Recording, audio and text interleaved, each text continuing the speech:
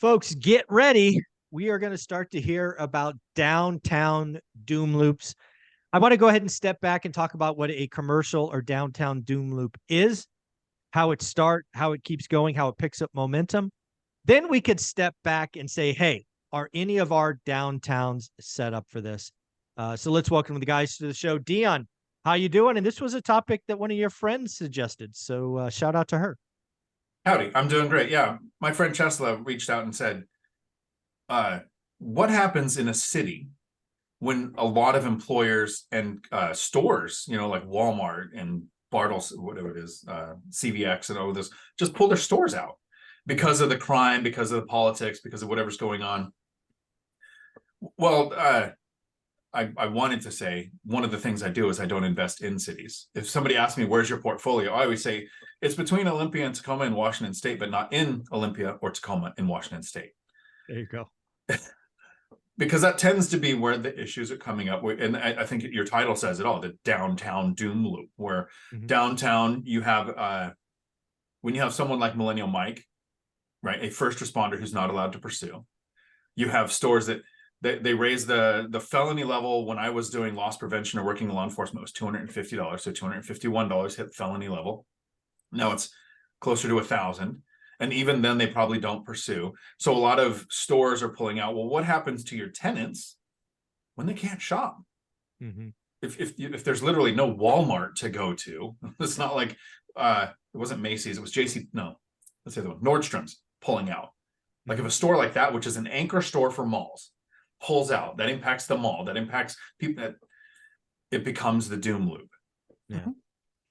Yeah. So Matt, you know this obviously on the East Coast. New York City, at least in our lifetime, went through a doom loop and came out of it.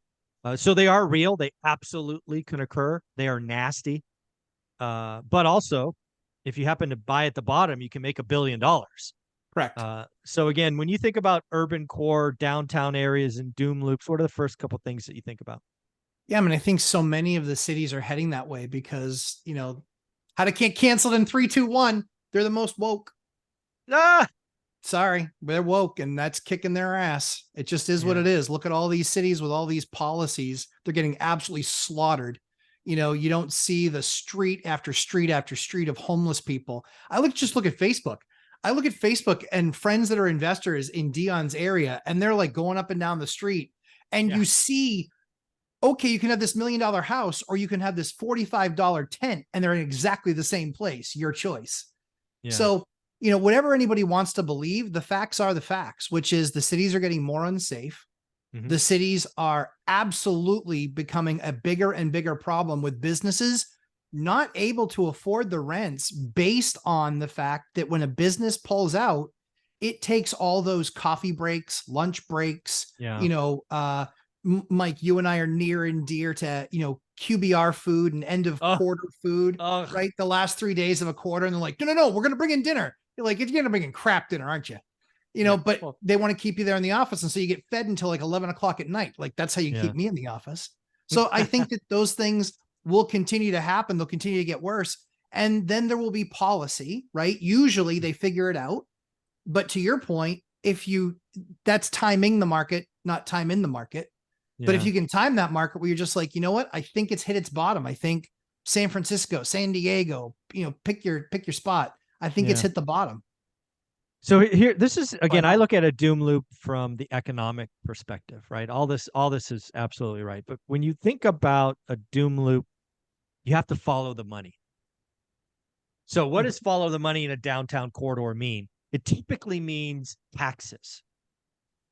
So let's first start, and we'll start with San Francisco because I think that's the closest city to a doom loop that's clearly started and likely not at the bottom.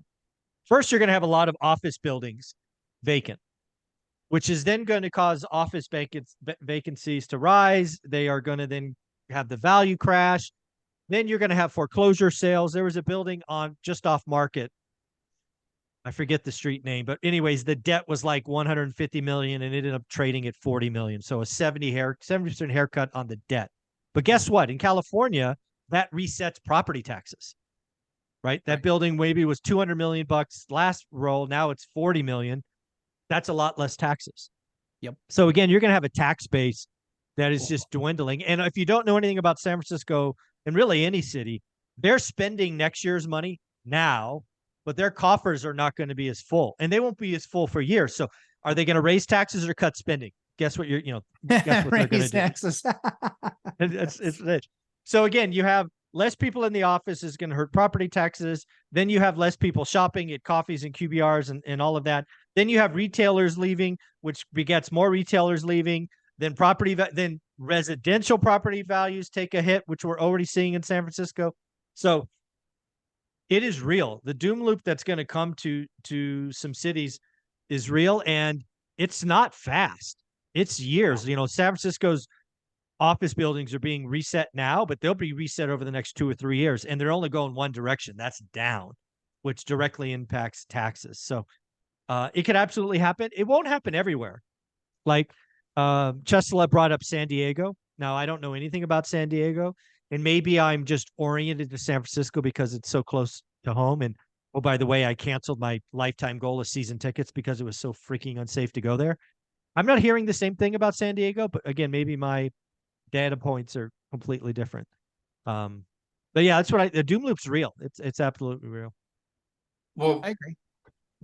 When we hear things like doom loop, we talk about investors, and we know some people are going to get hurt by this. Some investors, that San Francisco building that loses 70%, that's on the debt, right? First, all the investors lost everything. The equity's gone. Takes a cut, right? Equity first, debt second. Yep. Right. And so that's why I think it's important to look at people like us, right? You live in Sacramento, lived in Sacramento, invested in Fresno. You weren't investing in Sacramento, San Francisco. Matt, you have a town where there's like 30,000 people or 3,000 people, whatever the number is. Both 3 and 30. Yeah. So, Chesla lives here in Washington. She could invest in Olympia, in Tacoma, or in Seattle, and she didn't. She chose to find someone like me, model the idea of the right amount of cash flow with the least amount of units. She purchased a duplex, and one of her rentals is right in that same area where the mushroom farm was closing, losing the lawsuit, moving on. It's kind of rural. Property values doubled since she's got it. Her rents have doubled since she got it. And not being in city where you have this doom loop thing happening, and you can actually use quick question. I just want to highlight this. I remember talking, so it's in your playlist. You were talking about this, and I think you said this statement. If you buy it, you don't like it, I'll buy it for the same price. Something to that effect. We still have the deal. Yeah, of course you do. On it right now. Of course. But when I bring that up is this purchase wasn't 10 years ago, and it's already doubled. I'd say double 2021. Okay. It's gone up. Well, the rents have doubled from where they were in 2020 in that one area. So the rents and she cash flowed the day she bought it. Right. And she's getting those emails where you look at the current, she cash flowed when she bought it, a better return than when I bought mine on the same area 3 years before that. And then rents doubled. So it's almost all cash flow. Yeah, it's a killer deal. But it's in a rural area. It's not in an area where companies are moving out of because of crime. Right. Right. Yeah. Matt, any thought about the doom loop? Yay. I mean, people move to the burbs, and they move, like that's what I built my entire premise off of. I want to be, perfectly located where it's an easy enough commute to the city, but they don't have to live in the swill that is the city. I don't. Here's a question. Here's a question for you. What's the biggest city near you? Is it Boston or Boston. what's the Boston's pretty big. There are a few million people, and then Portland, Maine. So let's just say Boston. Yep. Is there any price point where you would consider buying in Boston? No, there's no. Same for me in San Francisco. Wouldn't touch it. How about you, Dan? Was there a price point that you would? No, Seattle is such a toxic place that the King County, the county that Seattle's in, if they gave me a property there, paid me to take it, I'd get rid of it immediately. Where I think the opportunity is created, Zub, is I think it's created with people finally getting the opportunity. Oh, I've always wanted to live in the city. Just go sit in your bathroom and pee on the floor. It's just like that. Yeah. At the end of the day, again, I'm not a fan of San Francisco. San Francisco will not return until they replace all of the politicians because they've created it, so they need to go. Idiots. But I am San Francisco will be back. San Francisco is a special place. I've seen it go through its cycles. It will be the shining beacon on the star eventually. It's just not tomorrow. And it's certainly not today. Dion, where can people find you? Right here on YouTube, Dion Talk Financial Freedom. There was a Star Trek Federation joke there somewhere because that's San Francisco, but I'll pass. There you go. All right. I have no idea what he's talking about, but that works for me. Matt, how about you? Lumberjack Landlord on YouTube and Instagram, live stream Sunday mornings, 11:30 a.m. Eastern time.